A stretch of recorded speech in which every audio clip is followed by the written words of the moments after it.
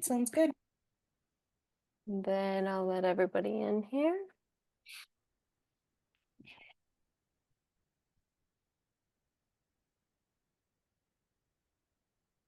Hi, everyone. We just have everyone joining.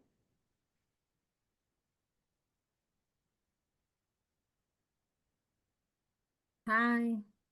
Hi, everybody. Thanks for coming. We'll start in just a minute here.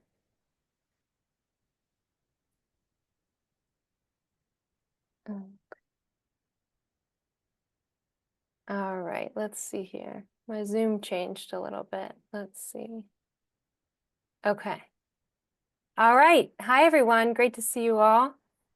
Thanks for making time to join us. So we'll go ahead and get started. I'm Jen White. I'm the founder and executive director of Arise. And I see a lot of new faces, so you might not be familiar with us. So we have a dual mission. We provide free legal representation to asylum seekers in Pittsburgh. And then we also train and mentor advocates around the country as we work on our cases. So obviously it's a really rough time to do this work, but maybe more important than it's ever been. So basically this is the first webinar in a series of 4 training webinars designed to get us ready to do some asylum clinics starting in January. So there's more information to come on that. Feel free to email me if you want to be a part of our listserv related to those asylum clinics. Basically, if you haven't received an email from me before, you're probably not on our listserv, so just shoot me one if you want to be added. So tonight we're kicking off intentionally with a super important topic, trauma, and being trauma responsive in our advocacy. So Jen Bocock is going to work with us tonight.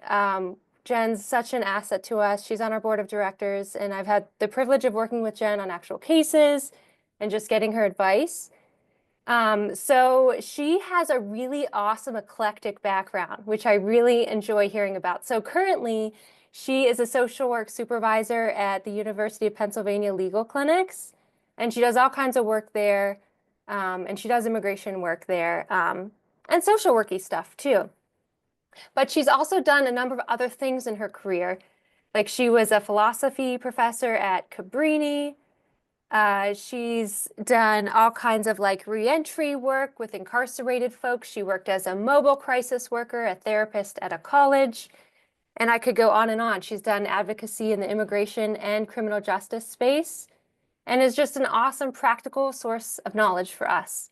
So before I hand it off to Jen, I just wanted to share briefly, since this is such a really a hard time, uh, to watch our immigrant friends struggle so much and to watch such a hostile government.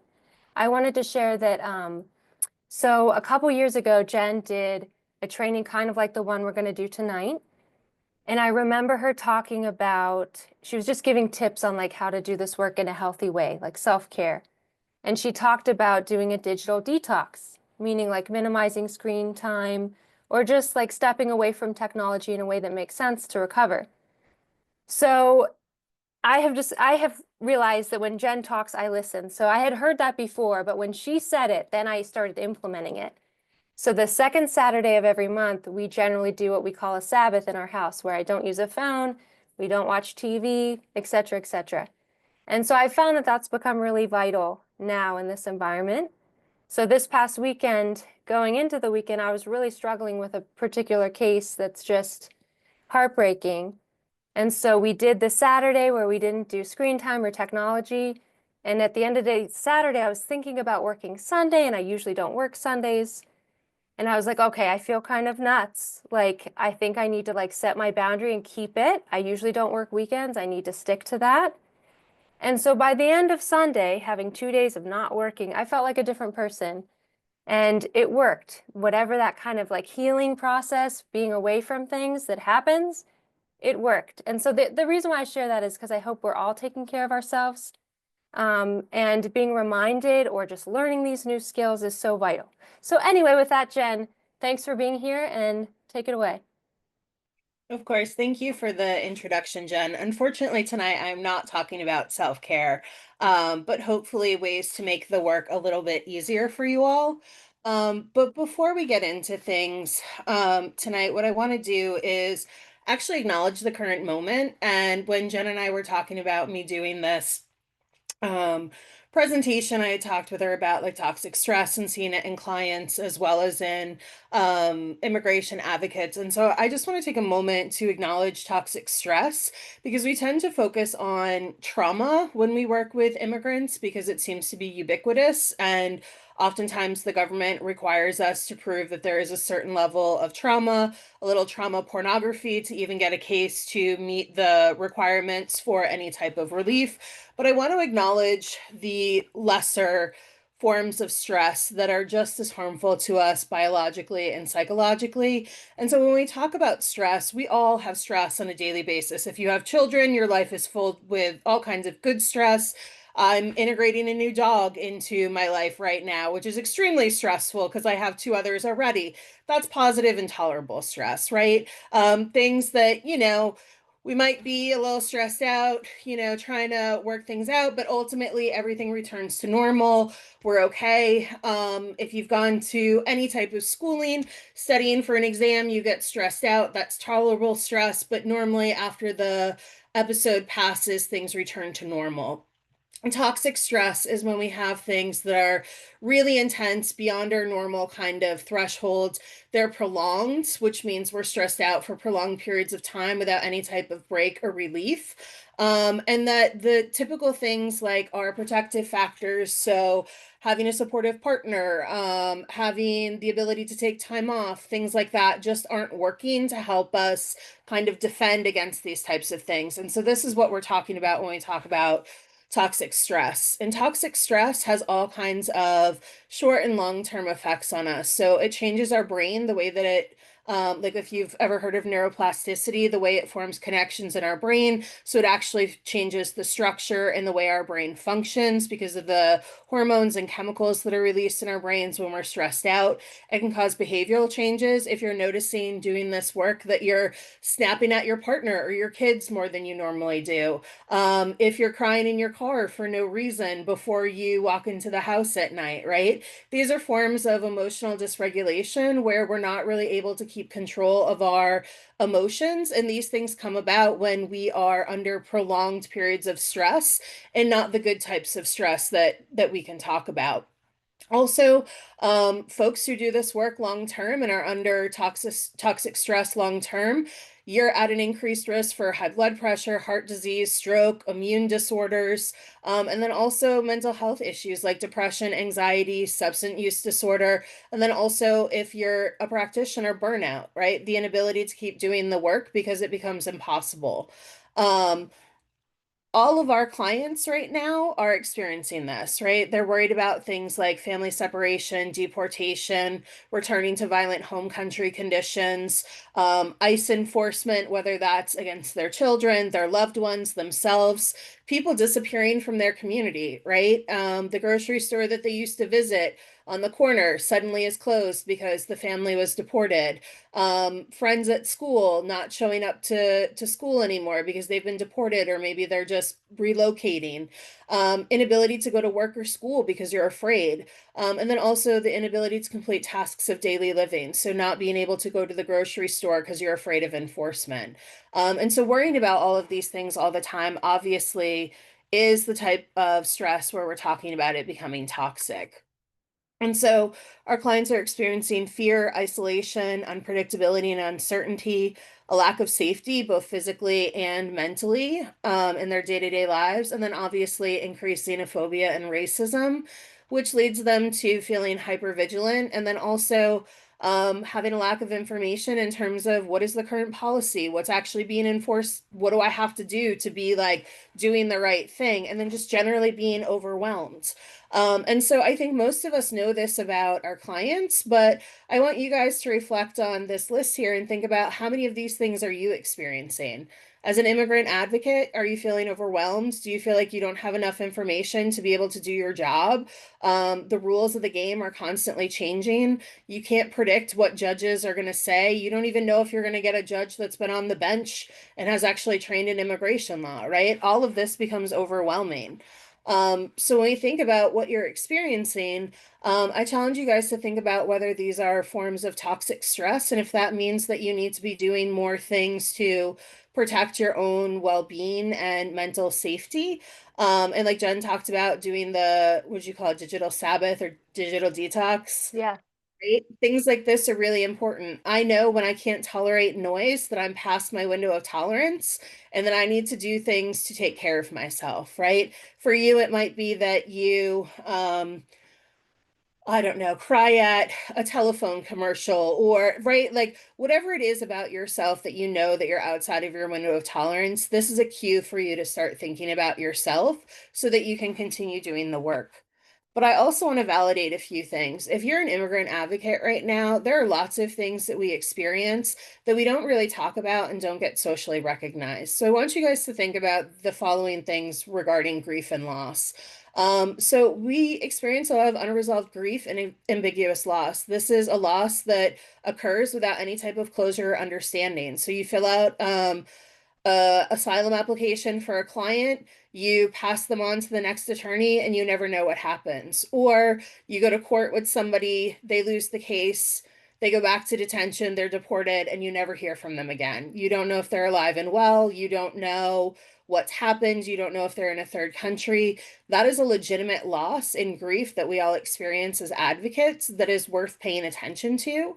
Also, as immigration advocates, we have a lot of anticipatory grief, right? What's going to happen if I lose the case? What will happen to my client? Just knowing that you're going to continue to take on clients. If it's not a slam dunk case, what's going to happen? Will I mess this up? What's going to happen if this type of relief goes away? And then also chronic grief, right? It's persistent and long term. You're constantly thinking about these things, especially when you have folks who apply for asylum that don't end up having a hearing for 3 or 4 years, and you're in that moment of anticipating possible loss or grief.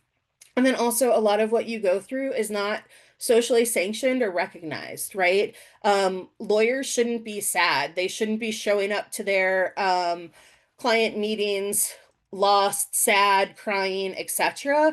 And we don't recognize that like losing a case can be something that stays with you and gives you a lot of grief and sadness for an extended period of time. And I'm bringing all of this up because I want you guys to like realize that this is completely normal, and if even if people in the profession or outside of the profession aren't realizing it, these are all legitimate forms of grief that we all experience and that can put added levels of stress in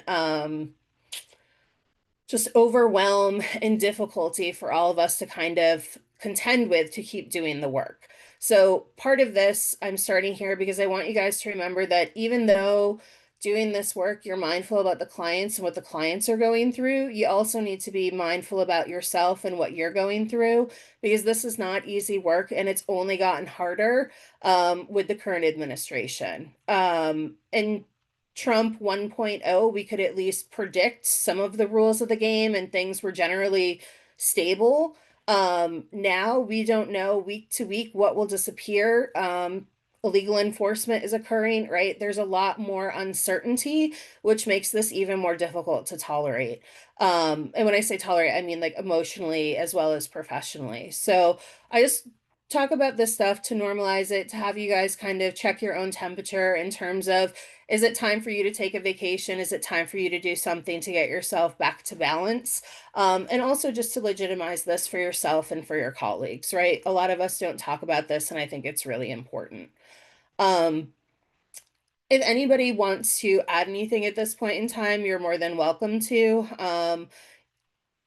I'll take a minute to see if anybody wants to kind of share anything or add to anything that I've said. Um, but if not, I'll move on to kind of the more practical part of the presentation. But I just kind of wanted to start here just so that we all have a moment to kind of recognize and check our own temperature. I would like to say that trust, like having them to like, should I trust you? Mhm. And that's difficult because I could have the best intention and I give them the best advice, even, give them the best resources and they still like undecisive, and that hurts me a lot because I want the best for them, and this is so they like. But if I go to court, if I go to my court date, and I'm like, you have to go. Don't do this to yourself because you're gonna get a deportation order. But it's like, are you like? I feel like they don't trust some of the people. They don't trust what you have to say to them, and that's sad. That makes me sad. Yeah, it's really hard to be put in the position of an advisor, and to be concerned with our clients' own well-being, but then also to have to stand back and realize that like there are other competing things in their lives that might make them make decisions other than what you think is best for them, and it's really hard to reconcile that, especially when you're right and the bad thing does happen, right? And how to kind of figure out how to move forward, um, doing the best you can, giving the best advice that you can, even though sometimes decisions are made that lead to less than optimal or even like dramatically terrible results. So certainly that's a heavy burden to carry and hard to watch. Anyone else?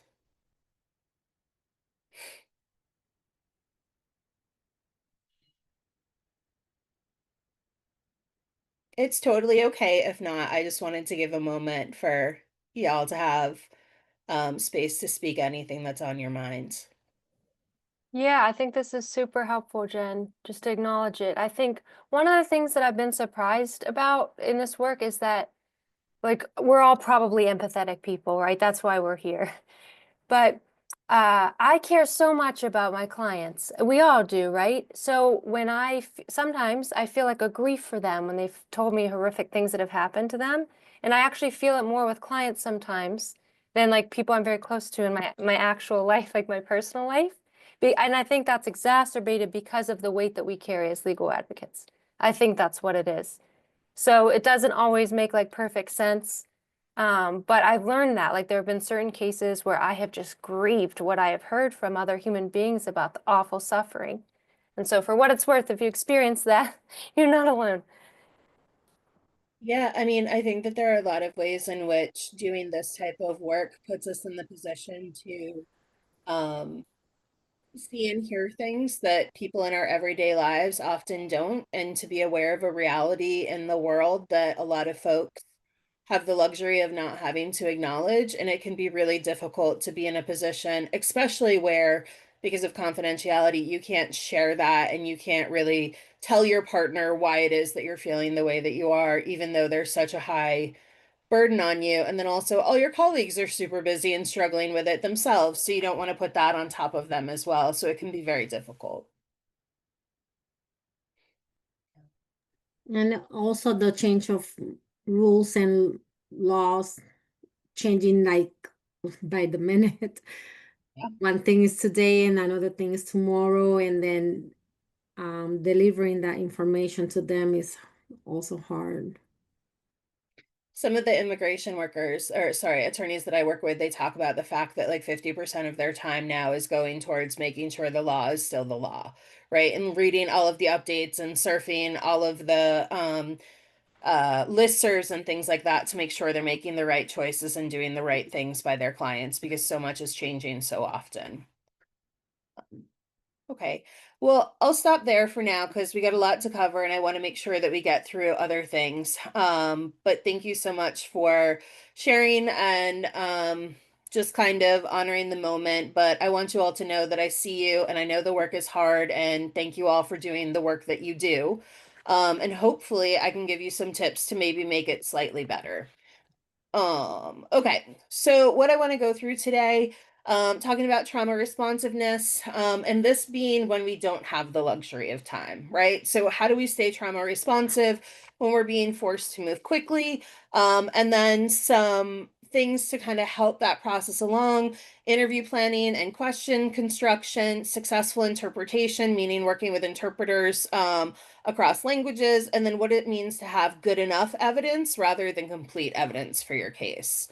So, looking at trauma responsiveness, first, I'm sure you all are aware trauma. It's the exposure to actual or threatened death, serious injury, or sexual violence. either through experiencing it themselves, witnessing it happening to someone else, or learning about a traumatic event that occurred to someone that's close to them or somebody that they know. And these things can be a single episode, like an assault on the street, or it can be something that's chronic over time, like poverty or oppression, things along those lines. So when I talk about being trauma responsive, I'm talking about being responsive to individuals who have experienced some type of trauma that you're going to need to pull out of them for the sake of their immigration case. Most immigrants who come seeking relief already know that the process involves some type of relaying of their experiences, but they don't always know exactly what's going to be required of them or how much information. So when you talk about trauma with folks, the most important thing to do is provide warning. They should never be blindsided by the fact that you're going to be talking about a traumatic experience that they had. So, if it's an intake or a clinic where you're only going to meet with them once, it makes sense to start off at the start of the conversation, letting them know that part of your questioning is going to be about whatever persecution that they suffered, things along those lines. If you have the luxury of meeting more than once, warning them what meeting it is that you're going to be talking about trauma during, right? So next week, I'm going to have to ask you what happened in home country. I want you to know so that you can be prepared, and so that, like, if you have work scheduled, maybe we don't schedule it on the day that you have work, right? Trying to work around when it's most convenient for them to talk about it. Also, I want you all to know that the traumatic event is over, and talking about it isn't going to re-traumatize them unless you force them into territory that they're not comfortable with. Folks will naturally kind of have a canned version of events that they tell. Typically, you're going to need to get beyond that if you're working for immigration relief, but know that just asking a question isn't going to traumatize somebody. Forcing them to answer something that they're not ready or not willing to answer will re-traumatize them. So when you're working quickly, part of what you need to be paying really close attention to is when you've pushed too far or when you're about to push too far, because that's when you actually get into territory where you're going to harm your client. Know that you don't have to fix what happened. There's no right thing to say. I work with law students who are constantly like, my client started crying and I didn't know what to say to make it better. 90% of what I do as a social worker is being a human being in a professional way. If your partner were to come to you and start crying or tell you the story, what would you do? Know that touching is probably not a good idea, especially with folks who have experienced trauma. Touching can be re-traumatizing in a lot of ways. And I even mean that in terms of like rubbing a shoulder or embracing them in a hug. But there's really no right thing to say, right? There's no way you're going to fix it. And so just acknowledging that something happens and either non-verbally expressing that you care and that you're impacted by what they said, or, I'm very sorry that happened to you. I understand you're doing the best that you could. Those types of things is really all that you need to be saying. There's no magic word. There's no like secret vocabulary we have as social workers. Really just harnessing who you are as a human being will help you through a lot of these conversations. Um, Allowing the client to be in control of the conversation is going to be the most important thing. If somebody has experienced trauma, by definition, their boundaries have been violated, because that is part of what trauma is, a loss of control over themselves, their bodies, their destiny, etc. And so the more power and the more autonomy you can give to the client in the conversation, and that might be something as simple as asking them, where do you want to start? What would you like to talk about first? The more autonomy you give them, the better the conversation will go for them. And then also, one of the most important things when you're talking about trauma, check yourself before having that conversation. If your train was 20 minutes late and you're running into the meeting, huffing and puffing and stressed out, think about how that conversation is going to go with your client about trauma, versus if you take an extra 2 minutes to go to the bathroom, splash some water on your face, take a couple deep breaths, and walk into the room a little bit more leveled out, right? And so really part of that conversation is knowing where you are and being able to provide at least a neutral energy to your client when you're having that conversation, so they don't sense it and become nervous or misinterpret kind of what those vibes are that you're giving off. So So when we talk about trauma-informed lawyering generally, it's different from regular lawyering because we're really centering the client and not just giving legal advice, right? You're really trying to focus your relationship with the client to accommodate the trauma and the trauma responses that they might have.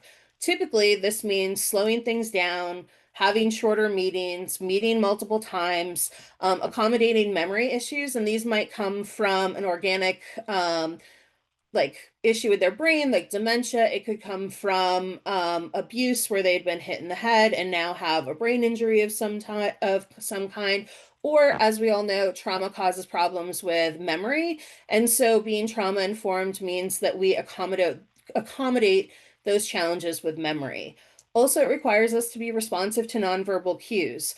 If you're talking to somebody about trauma, a lot of times they're going to be giving you information in ways other than what's coming out of their mouths. So if your client is telling you something with a neutral face, but they're violently ripping apart a piece of paper on the table, that's telling you that there's something else going on that you might need to be keen into. And that might be to ask more questions, or that might be information for you to like not continue to ask questions or to back off on that topic. And then, like I said before, prioritizing autonomy and client decision making so the client is really directing the interaction and you're prioritizing their goals and their preferences for how things move forward. And then also reconsidering the physical environment. Where are they sitting? Are you in an office that has a lot of street noise? Are you able to allow them to sit next to a window if it makes them feel more comfortable? For somebody who might have been trapped in a room as part of the abuse that they experienced, are you able to have the meeting later at night when there's no one around your office so that you can have the door open so that they don't feel trapped during that meeting, right? However, all of these things are great when we have time. When we don't have time and we have to move quickly, we lose a couple things. So by and large, we lose the ability to slow things down. And we don't have the ability to accommodate memory issues because accommodating memory issues normally means that we come back to things over like a long course of time.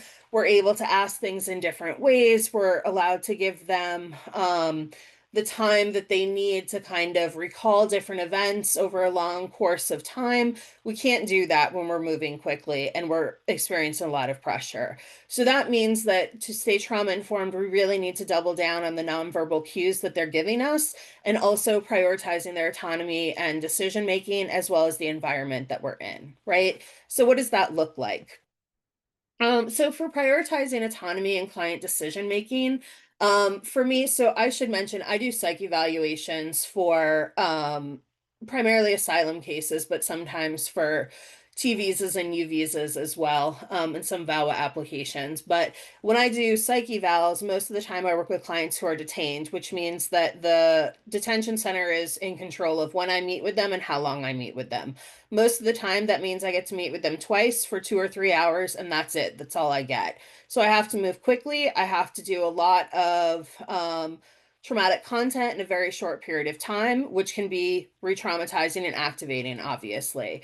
Some of the ways that you can help figure out the best way to have this conversation with your clients is to talk with them very frankly about it before, where they're at and what they're capable of. So find out, are you the first person that they've ever told this story to? If the answer is yes, it's likely going to be more difficult than it would be otherwise. If they've been in therapy before, if they've told it to other attorneys before, it might be easier. Also asking them, how does your memory work?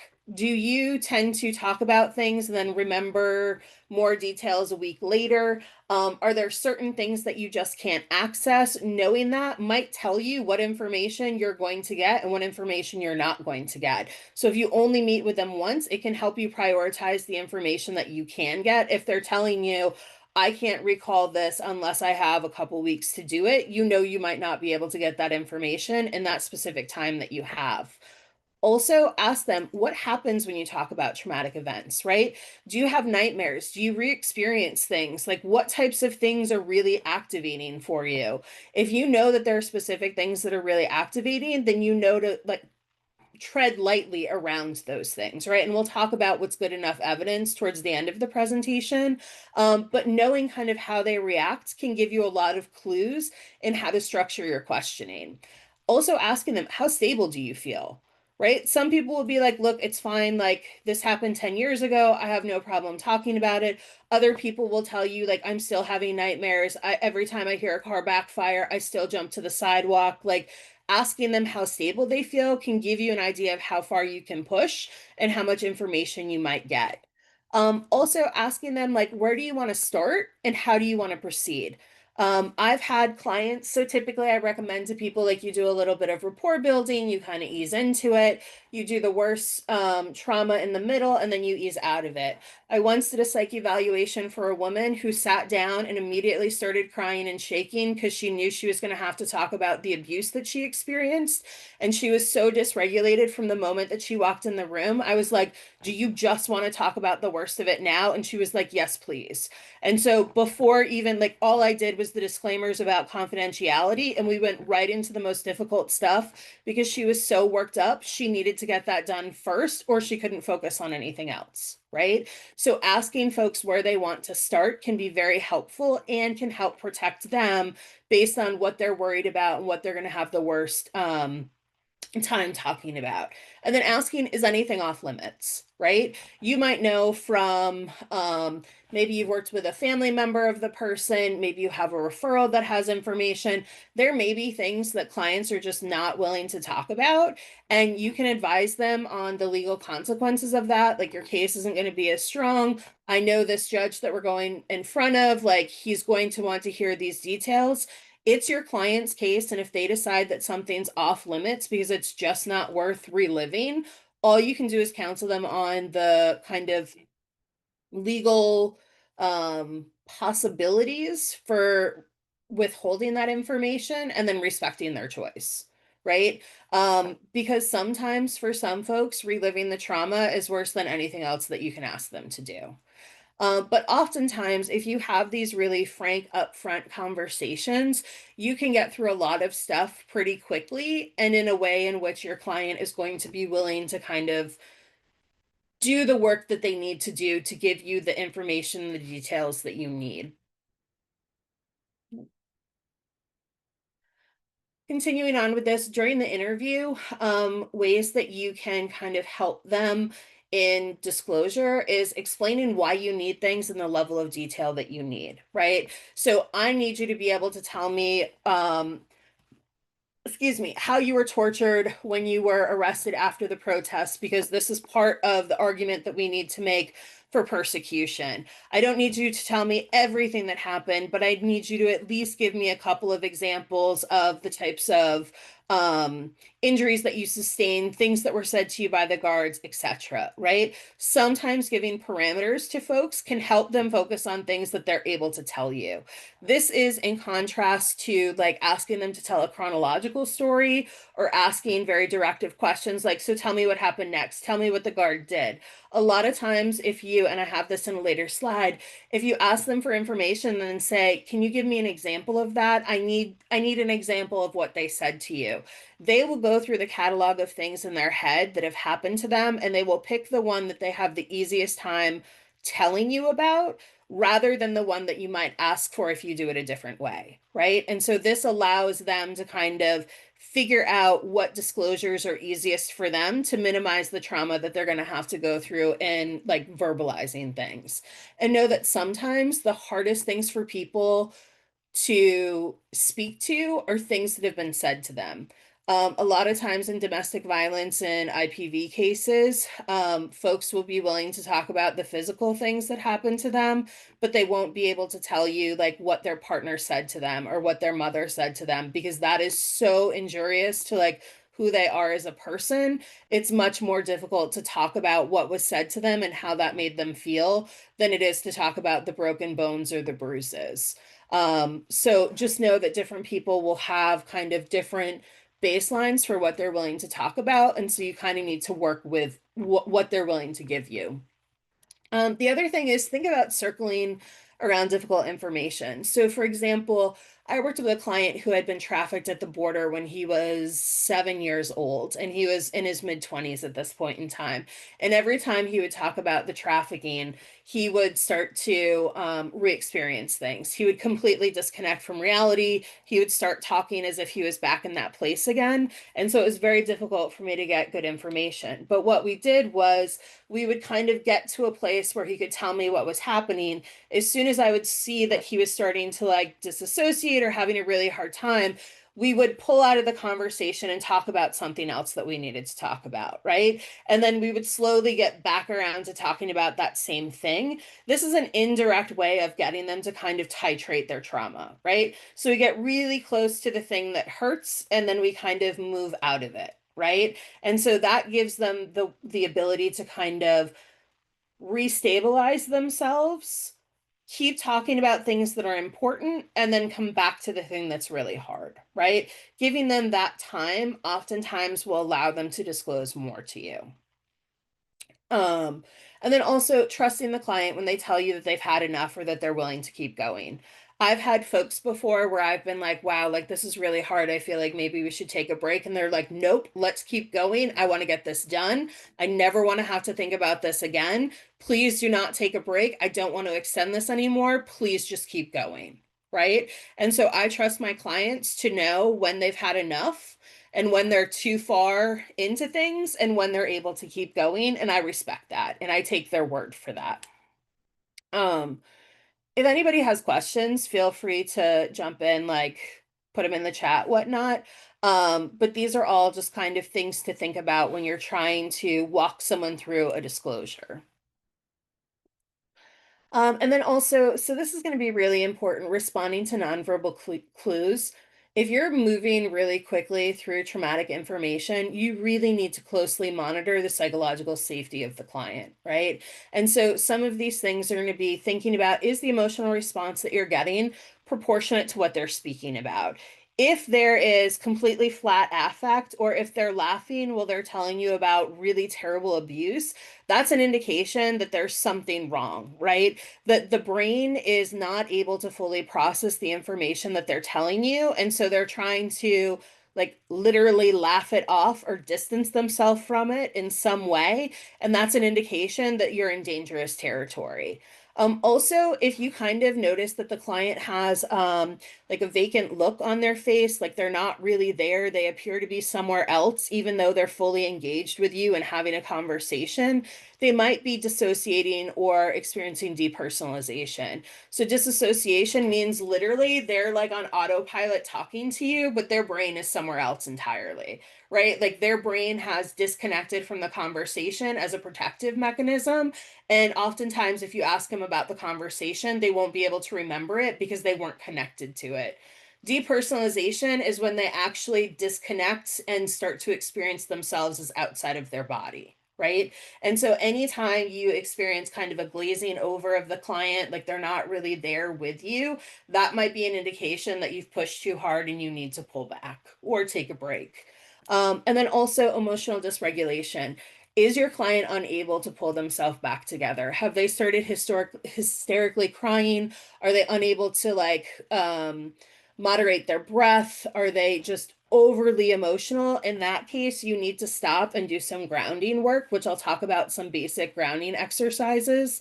But these are all just ways to know that you've gone too far, right? Or that you're getting into dangerous territory. And then also, as I said, with the client that I had worked with trafficking, he would literally start to talk to his brother who was trafficked with him. So he would start to apologize to his brother because he wasn't able to save him from the abuse. And I knew at that point in time, he wasn't with me anymore. He was re-experiencing what he had gone through, right? And that's an indication that like, your client is too far, like you've gone too far, right? And you need to like stop, pull back. And in a case where they're starting to re-experience, I would really strongly consider ending an interview at that point in time, because if someone's re-experiencing, you're in really dangerous territory at that point in time. And I'm telling you these things not because I expect you all to be pseudo clinicians or pseudo therapists. But if you're moving very quickly through this work, I think it's valuable to be able to kind of have an idea or recognize when things have possibly gone too far so that you don't push someone to a place in which they're going to completely shut down and possibly not be willing to talk about it again, which might mean that they might not be able to testify or speak at a hearing or an interview. I have a question. I told them like this is something that they have to get ready because I observe like individual hearings and it goes like 2, 3, 4 hours, like the government attorney asking questions nonstop. So it's like they have to be ready for that. So why you would present that to them? So, I mean, the fact of the matter is, if somebody is, in my opinion, if somebody is starting to experience these things and you're worried about the government attorney badgering them, you should get a psych eval and ask for safeguards.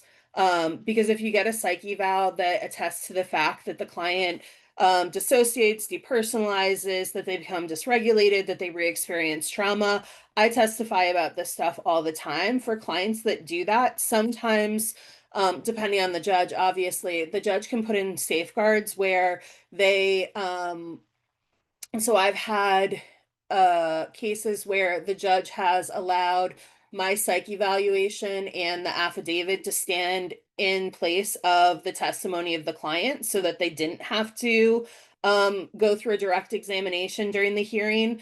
The judges can limit the cross-examination of the government attorney only to kind of contentious facts, right? So it saves kind of like back and forth.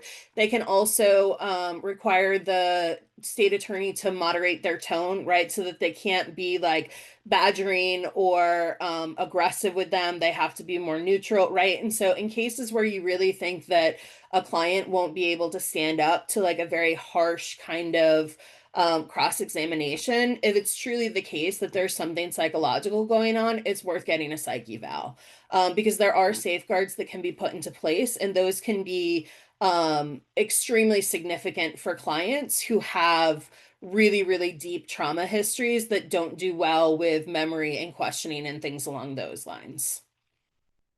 And there's no guarantee that you'll get them, but it's worth a shot. Thank you. Great question. Okay, so stabilization techniques that I talked about, if you feel like you've gone a little bit too far, titration is asking questions over time or slowing or slowing the disclosure. If you have the ability to stop and pick up during a second interview or something along those lines, sometimes it can be good to do it over 2 sessions because they don't get too activated. Some clients won't prefer that and will want to do it all at once. But if within an individual interview, somebody starts to destabilize, you can slow the disclosure. So this might be, and also if you're working with an interpreter, this is one of the ways that I really love working with interpreters when it comes to trauma. By asking the interpreter and giving instructions to your client that they should speak a couple of sentences at a time, it automatically slows down the way they tell their story, right? Most clients will want to kind of launch into their story and tell it all at once and get it all out. That makes it more likely that they're going to get upset and they're going to become dysregulated. If they do it bit by bit in smaller chunks, this is called titration, right? Think about it in terms of if you were to turn on your kitchen faucet full force, right? The water spills out and it splashes everywhere. It makes a big mess.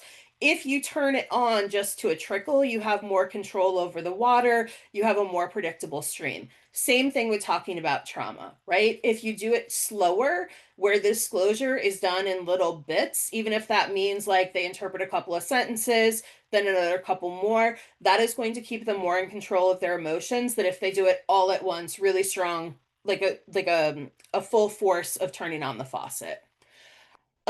Grounding techniques, you don't have to be a therapist to do this. There are lots of apps actually, if you want to download them to your phone. So box breathing is something they have tons of their emergency breathing apps or box breathing apps where it literally is just a counter. So box breathing is something like, and obviously take into account the capacity, like lung capacity. If you're working with somebody on oxygen or elderly, you're going to want to be careful with this. But a lot of people do like you breathe in for 5, right? So one side of the box, you breathe in for 5, you hold it for 5, you breathe out for 5, you hold it for 5, right? What that does is it regulates the breath of the person. And you can change it from like 5 to 7 or whatever the case may be. If somebody's hyperventilating or crying a lot, doing box breathing can help them regulate themselves. And once they calm themselves down and calm their breathing, the emotional calm will come with that. The 5 senses is another grounding technique where you try to get them back into their body and back into the moment. So if they're kind of all over the place, you see that they're kind of like checking out on you. Really simple, your 5 senses. So I'll use Jen as an example. Jen, if Jen's my client, Jen, tell me 5 things that you see in the room. You don't have to do this with me, Jen, but I'm just using you as a theoretical client. Tell me 5 things you see in the room. I see a picture. I see a window shade. I see, right? They tell you the 5 things. Tell me 4 things that you can feel, right? Well, I feel the concrete floor underneath my feet. I can feel the velvet on the chair. Tell me 3 things that you can taste, right? Well, I can kind of taste the cigarette that I smoked before I came into the session. I can taste a poppy seed from bread, like whatever it is, right? It's really meant them to re-experience their body so that they can come back down to the moment, right? It slows them down, it gets them readjusted in thinking about themselves and their body rather than the trauma that happened. Some people respond really well to counting. So some folks have, I forget they're called, worry beads, I think, or rosaries where they will count the beads that are on the rosary, right? And the counting, because it's rhythmic and it's predictable, will help count them down. I like to do something with clients called Happy Place. The client that I talked about earlier with the trafficking case, I would ask him, tell me your favorite place in the world. What is your happy place? I forget. I think it was some place that had the smell of grass and like music that he really liked. And so I'd be like, tell me about it. Tell me like, okay, where are you? I'm in Central Park. Okay, well, tell me, what does the grass smell like, right? That gets them into a positive memory rather than a negative memory. So these types of things can like trick the person into calming themselves down. Different things will work with different people. But you'd be surprised how well these work. I have done these things with MS-13 gang members that have responded really well to them. So don't assume that only like certain types of people will respond well to them because all kinds of people respond to these. And then lastly, especially for folks who are not detained because you're limited when you're in detention, resourcing the client. So if you know this type of thing is coming up, asking them ahead of time, like what helps you when you get stuck in your emotions, right? Is that going for a run, taking a hot shower? Is it reading your favorite poetry? Is it petting your dog? And then also, if you're really worried about somebody, knowing what the mental health supports are that they're already connected to, or ones that they might be able to connect to in your area, right? So all of these things kind of help when things go sideways or go a little bit further than you anticipated them going. And then lastly, ensuring safety. Don't refer to it as a safety plan to a client because some folks find it offensive that you think that they need safety or that they might harm themselves. And I'm not talking about this. A lot of times we talk about safety plans with suicide prevention. That's not what I'm talking about here, but just kind of knowing ahead of time what helps calm you down, especially if you are in a remote session with somebody, so you're doing it over Zoom, knowing who they can call or talk to if they start to feel unsafe or dysregulated, knowing what the hot and warm lines are in the area. So hotlines are like the 1-800 numbers where you call and you get someone immediately. Warm lines are where you can like chit chat over text with somebody that's gone through some stuff with you, right? Most cities have them. And then also thinking about where they can go if they don't want to be alone, right? If you have really bad nightmares you start re-experiencing? Can you go to your aunt's house? Like, can you go to the Dunkin' Donuts that's on the corner and open 24 hours a day, right? Just thinking about ways that they can help themselves.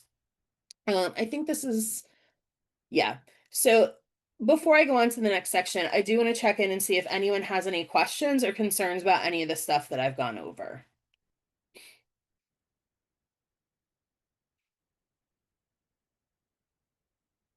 No? Okay. And of course, you can ask me at the end as well. So interview plans and questions. For some of you, this might be really obvious and things that you've done before.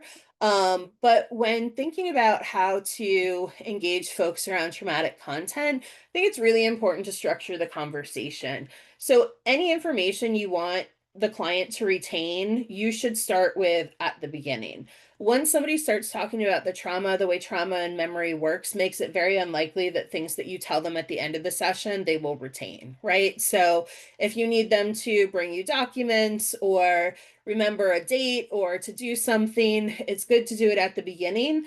Also, if you can find alternative ways of helping them retain that information, it could be like print it out on a sheet of paper, ask them to do a voice memo on their phone so that they can remind themselves later. Anytime you're talking about traumatic content, you want them to retain something, do it at the beginning and see if there's another way that you can do it other than memory. Also, always share why you need the information and how it helps their case. If you can give someone a reason to be motivated to share their story with you, they're much more likely to disclose it because it doesn't feel like you're asking just for the sake of asking. They see the points. Also, a lot of folks, and rightly so, will so for example, we work with a lot of clients from Mauritania who have been enslaved through their caste system, right? It's very obvious to me why slavery is a problem and why being enslaved is a problem.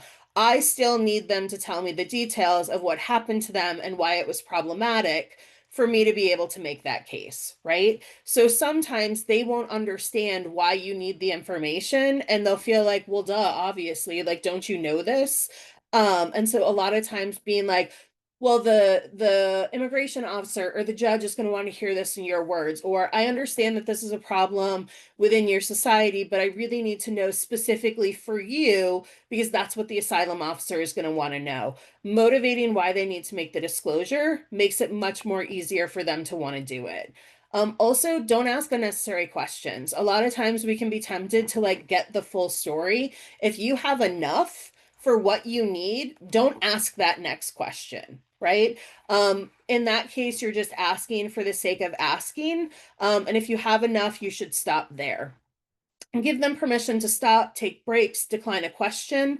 A lot of times we think that folks will tell us if they need something, but keep in mind there's an inherent power dynamic as the lawyer, the advocate, the social worker in the room, where they may not want to interrupt you. They might feel like it's disrespectful. And so sometimes asking them like, do you feel like you'd like to take a break now? Like if you notice they're having a really hard time, right? Would now be a good time to take a break? Would you like to get a glass of water? Also, there's a slight difference here, but when you ask somebody, do you have any questions? A lot of folks will say no just because it feels like the expected answer.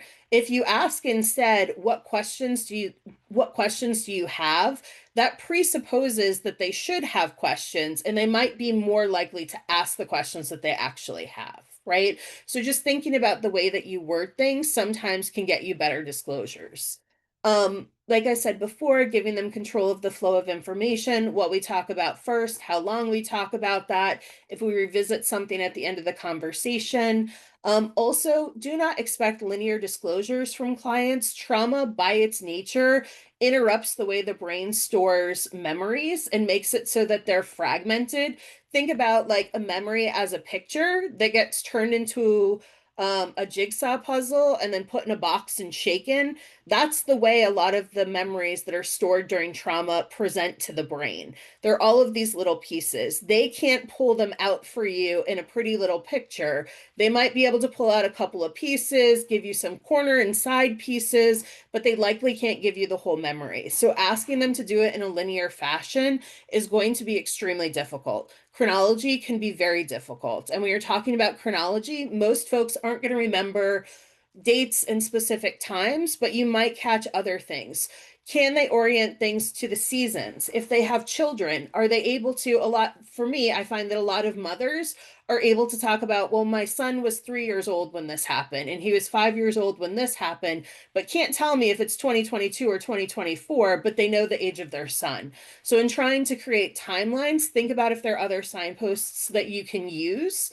Also, whoop, not what I meant to do. Sometimes working thematically can be helpful. So what theme can you talk about rather than, well, what happened next? Well, can you tell me about the protests that you went to, right? That's thematic, where you can start with a general and then ask follow-up questions.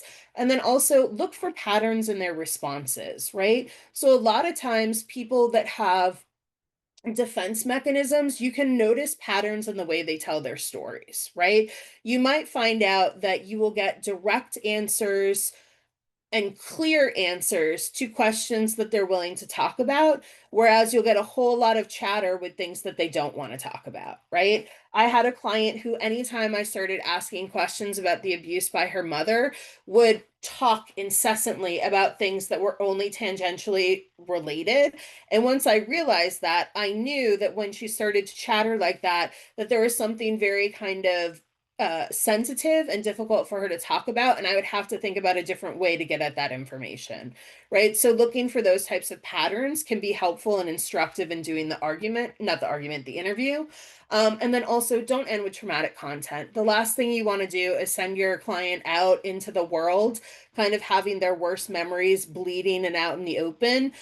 You want to at least have some mundane conversation about, like, if you've had the luxury to build some rapport with them, like, oh, you told me your daughter was going to be in a play last weekend. Like, how did that go? Or I tried that new Mexican restaurant that you recommended to me that's on 3rd Street, right? Like things like that, so that you can just have some very neutral conversation before you send them back out into the world. Question real quick.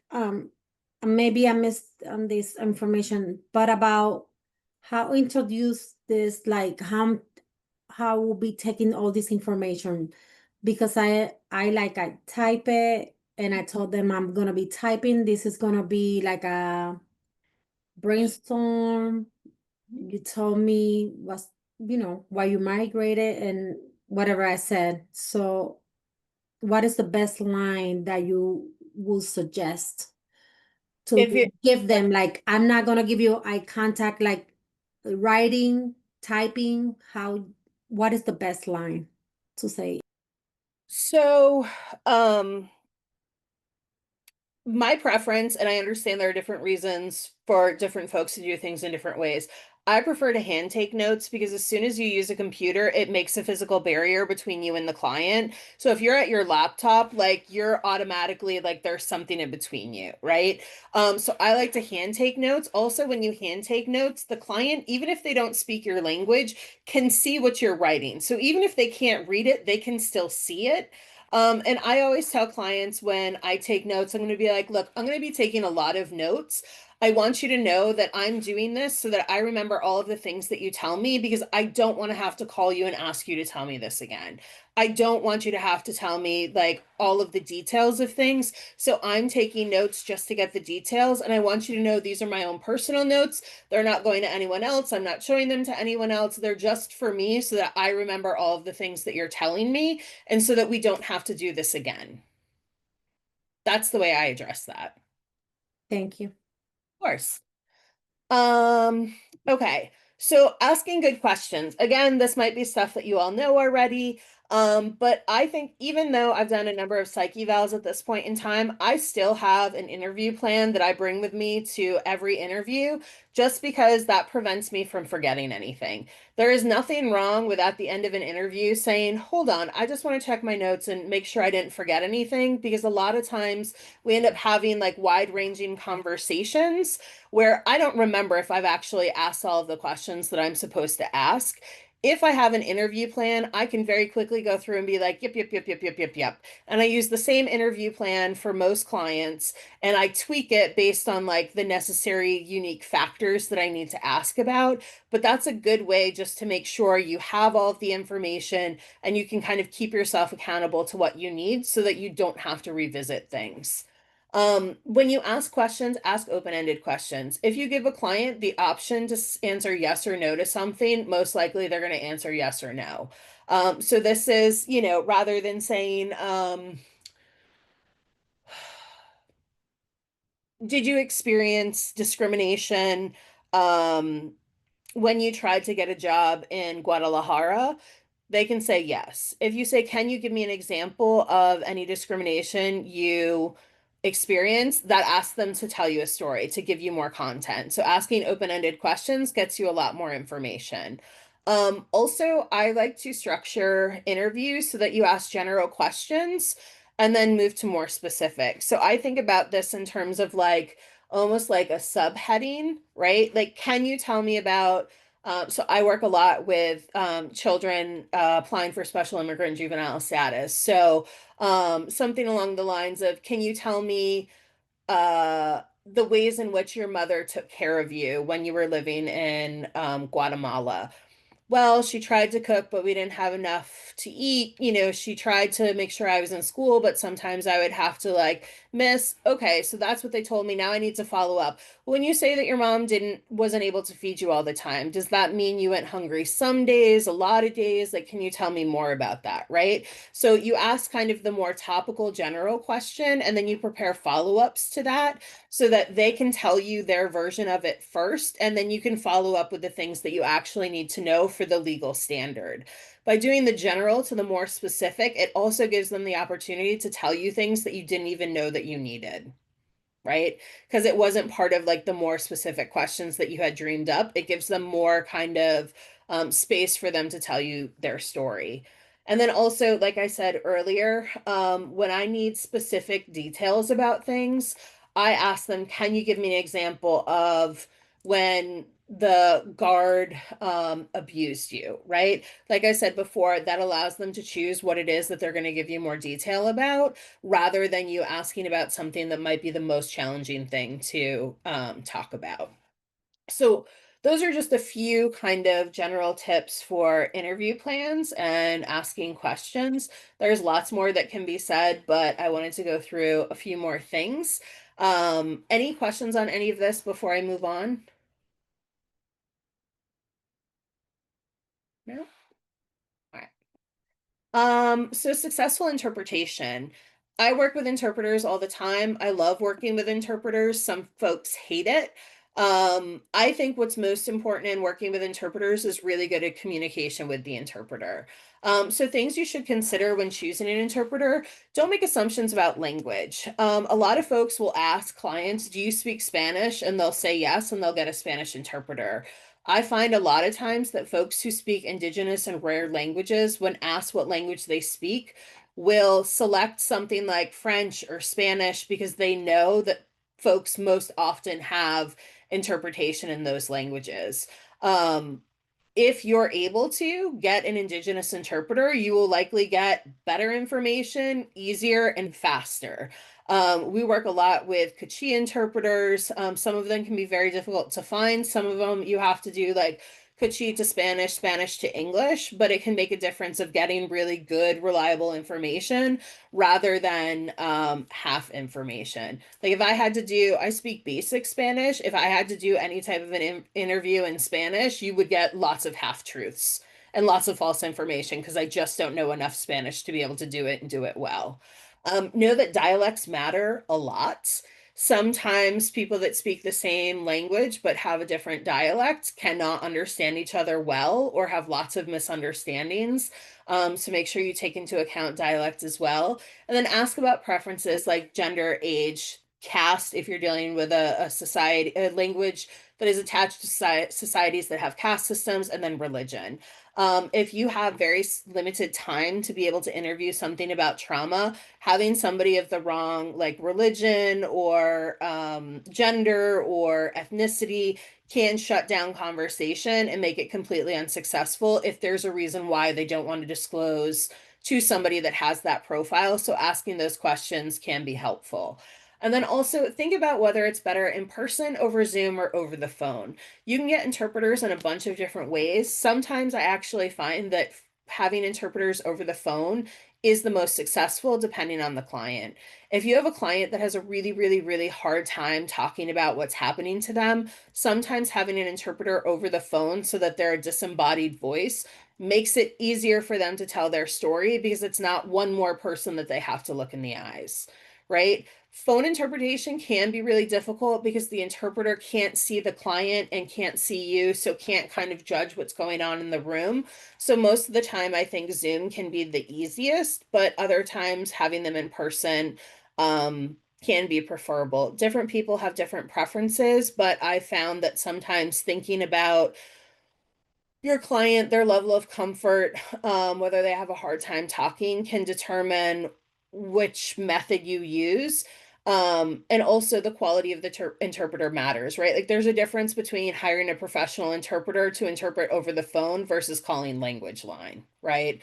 Like I would try not to use language line if you can avoid it because some of the interpreters aren't great quality. But I would think about these things when thinking about interpretation.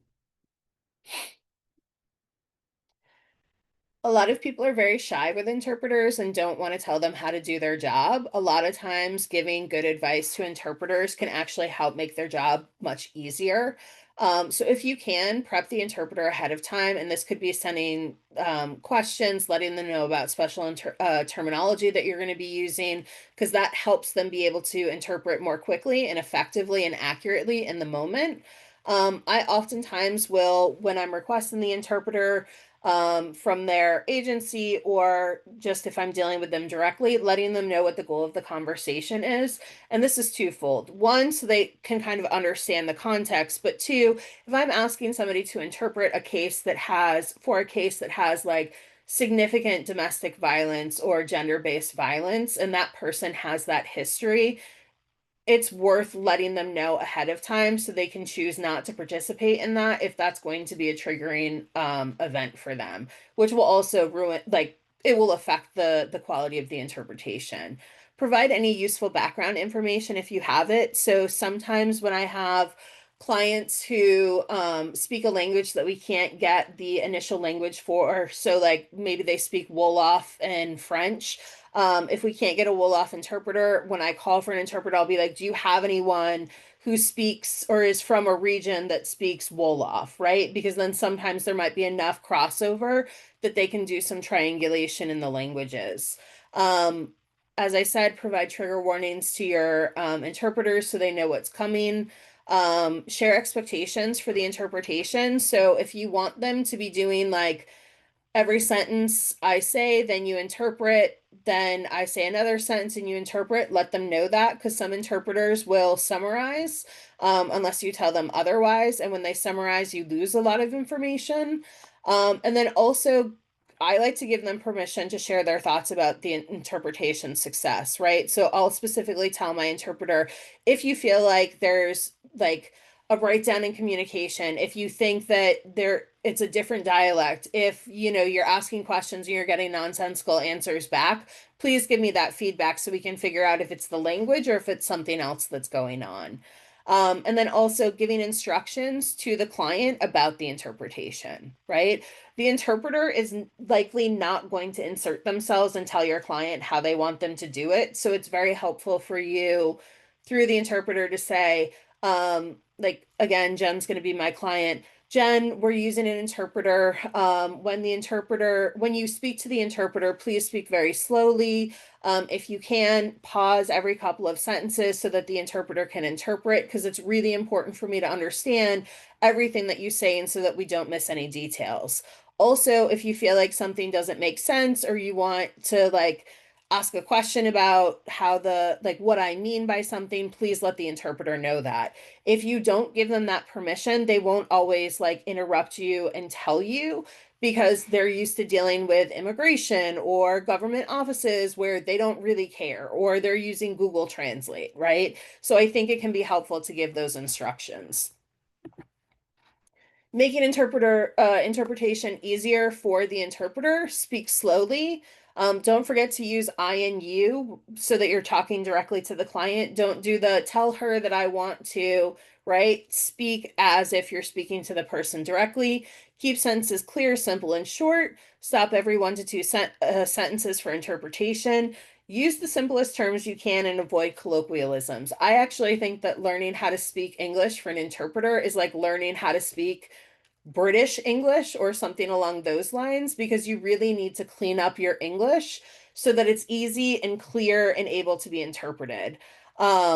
Also, sometimes, and I watch with students when they work with interpreters all the time, and myself sometimes, I was trained as a philosopher. I like really long sentences with lots of commas. I often get myself in trouble with that. I have no problem saying, hold on, let's stop. Let me start over. That no longer makes sense, right? You can absolutely be like, hold on, stop. That doesn't make sense. Let me start over, interpreter, so that things are as clear as possible. Also, some people tend to trail off as if the interpreter should know what they're getting at. The interpreter is only going to interpret what you tell them. So make sure that you actually finish your thought rather than implying something that they should understand through context clues. All right. How do you evaluate interpretation if you don't actually speak the language yourself? Things that you can do is figure out, does the length of the interpretation roughly mirror what you said to the client and what this client says to you? If you speak, or if your client speaks for like 3 minutes and the interpreter gives you like a 2 sentence interpretation, you know you've missed something, right? So kind of judging the time.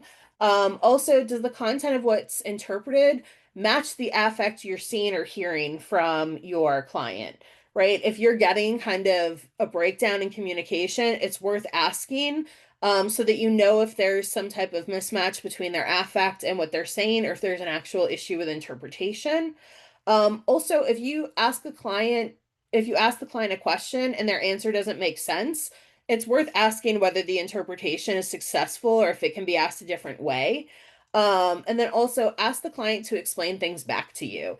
If you kind of have a conversation, then you ask them to summarize and it completely doesn't make sense, that might mean that the interpretation is really poor. And so you might have to switch interpreters or even do the interview again if that's the case. Okay. Any questions on interpretation?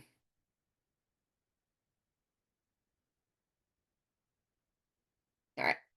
I will move to good enough. This is a hard topic to talk about, and a lot of it is based on context. So when we think about what is good enough evidence, it's really difficult, but it's really important to trauma-informed practice for you to figure out when you have enough information to make the case rather than complete information. I work at a law school with lawyers and law students, and I know that lawyers and legal advocates are trained to find all of the information and all of the evidence to make the most complete presentation possible.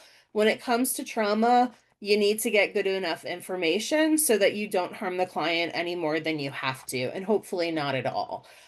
So you really need to think through, based on the legal elements of the case, what information do you absolutely have to have? What is it that makes or breaks the case that you can't make a good case without having that information? Once you determine what that is, you should structure your interview plan based on what that must-have is. You also need to figure out ahead of time, what level of detail do you need? Law students ask me this all the time when they're doing interviews with traumatic content. Well, do I need to know everything that happened to them? Like, do I need to know everything that his dad did to him? No, you don't need to know everything. But you also can't tell the judge his dad hit him, right? What does it mean? Does that mean that he was punched, kicked, hit with a belt? Does that mean he was pushed downstairs?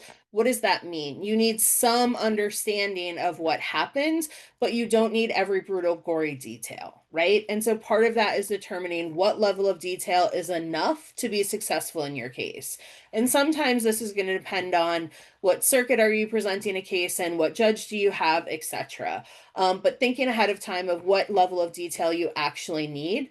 And then also thinking about, what do you actually need through the affidavit or testimony from your client that cannot be proven through other evidence? As I said earlier, sometimes psych reports and affidavits can stand in place of testimony in court. So, is there a way for you to establish things for your client without actually having to have them say it that comes about through different forms of evidence, right? If you can save your client from having to say it because you can prove it a different way, that's helpful. As I said earlier, think about whether a psych evaluation can do some of the work for you. I've had attorneys come to me and ask for me to do psych evaluations because they know that it's really difficult for the client to speak about what happened, and they don't feel that they can do it successfully and don't want the client to have to do it multiple times. So they'll ask me to do the psych eval, and then they'll pull information from the psych eval for their affidavit, right? So thinking about, do you have somebody do a psych eval for you? If you have access to like a social worker, can the social worker come in and help you do the interview? Like, are there other ways that you can do things rather than just a straight interview? Also thinking about, what can your client actually consistently testify to? If you ask a client things multiple times and you get a different answer each time, you have to figure out if that's necessary information that you need to continue to go after, or if you're going to say they can't consistently testify to it, maybe this is a detail that we shouldn't keep, or that we shouldn't present if it's not like absolutely necessary to the case, and eliminating those things that don't feel like they can be consistently relied on. And then also having a really frank conversation with your client. What are you willing to say in open court, or what are you willing to say to an asylum officer?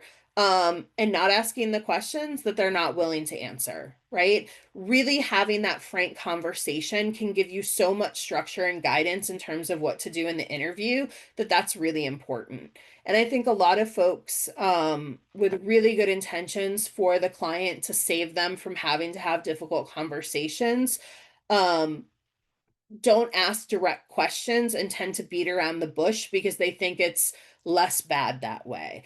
Oftentimes, just being direct can be the easiest way.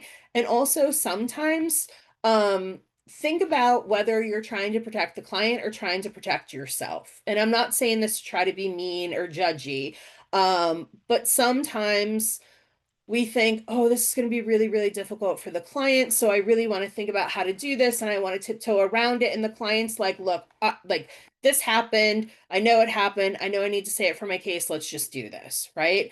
An example I have from one of my colleagues who is working with students. They had worked with a woman who knew that she had to speak about abuse for her asylum case. It took 2 months for the students to actually ask her about it. And the way it was actually brought up was the client said, are you ever going to ask me about this? Right?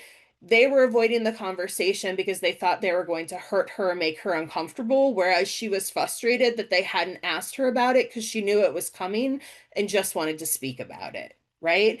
So sometimes just asking the question and being direct is actually the best way to do it for the client. Okay. I think that is all I have here. It is. So again, thank you all for the work that you do, and for spending, an hour and a half with me on an evening when you could probably be doing other more relaxing and interesting things. But I'm happy to answer questions now, or if you ever want to reach out to me for resources or conversation, that's my email. So I will stop there. Thank you so much, Jen. Super helpful. Does anyone have any follow-up questions? Yeah, did you share your email? Because I can't see it. My email is on the slide right now, but I can put it in the chat as well. Oh, okay. Thank you. Great. So second training will be on ethics. It's on Monday, the 24th at 7. And if you want this recording, just email me because I haven't created a list for these trainings. But if you email me, I'll send it to you. So helpful, Jen. Thank you. It's always a gift to have you with us. Can you add your email to the chat as well? Sure.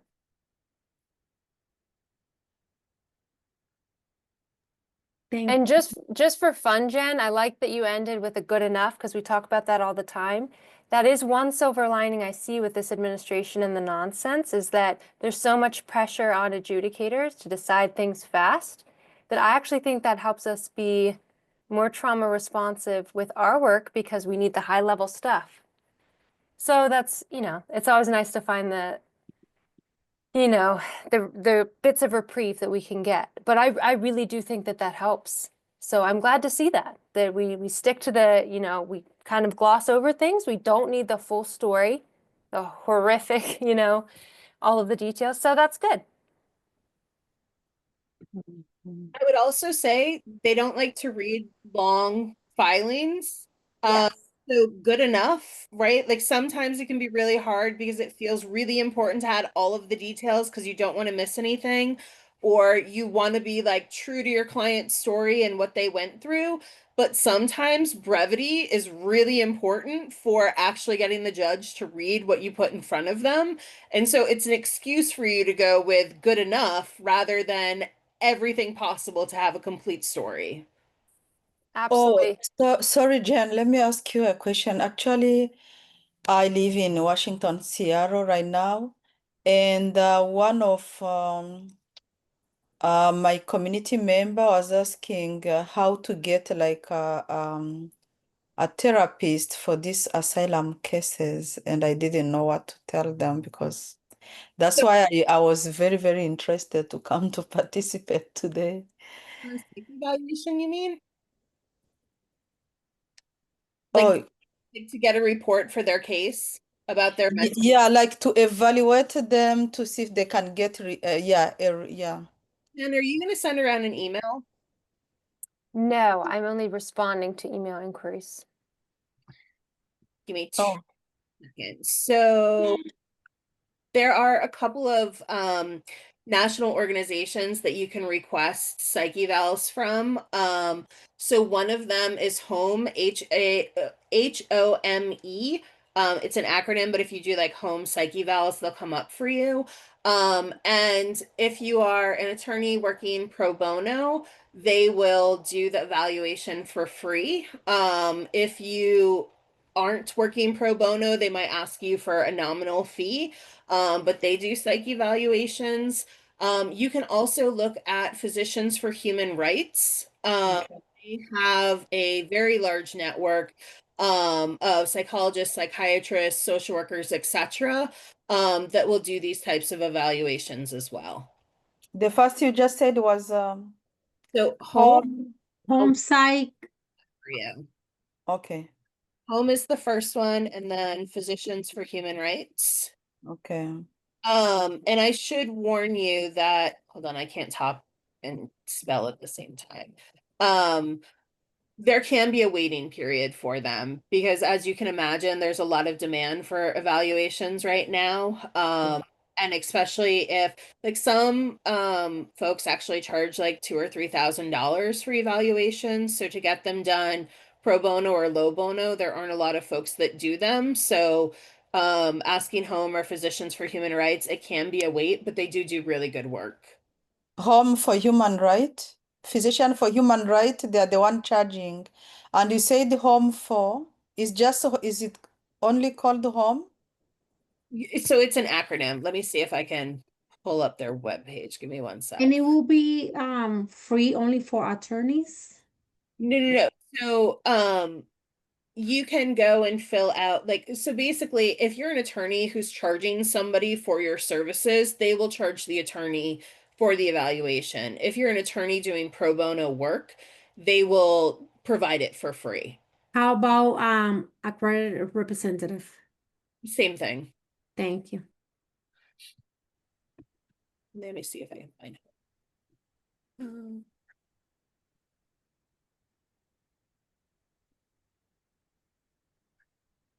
Hold on. I have to stop my share so that I can actually see my internet. Give me one second. Yeah, sure.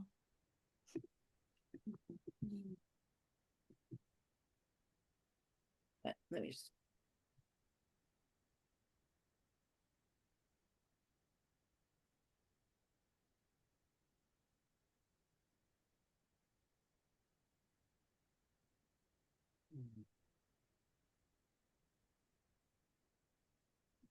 I'm not able to pull it up quickly. Yeah, it's okay.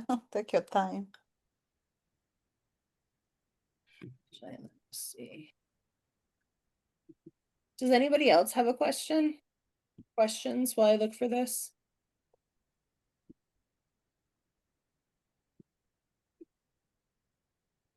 Sophia, I see your hand. Yes, I just posted my question on the chat. I was wondering, is it possible to obtain a copy of the slide or can it be emailed to you? So I think Jen, you'll respond with the slides if somebody reaches out, right? Yeah, do you mind sending them to me, Jen? Nope, not at all. Great. Then yeah, just email me, whoever asked the question. I forget who asked the question, and I'll Sure. forward them to you. All right, Thank thank you. you, Jen.